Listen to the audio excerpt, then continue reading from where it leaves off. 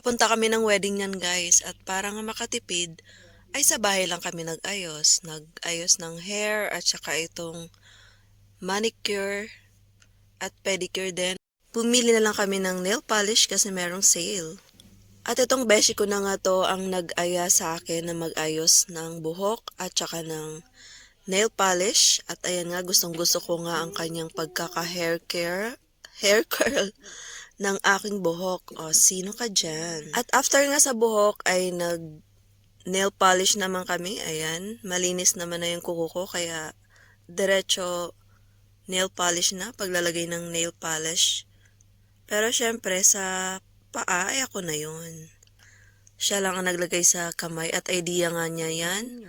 Kailangan twinning daw kami. Paras kami ng nail polish design. Ayun lang. Thank you for watching. Sana may natutunan kayo sa video na to or nag-enjoy kayo.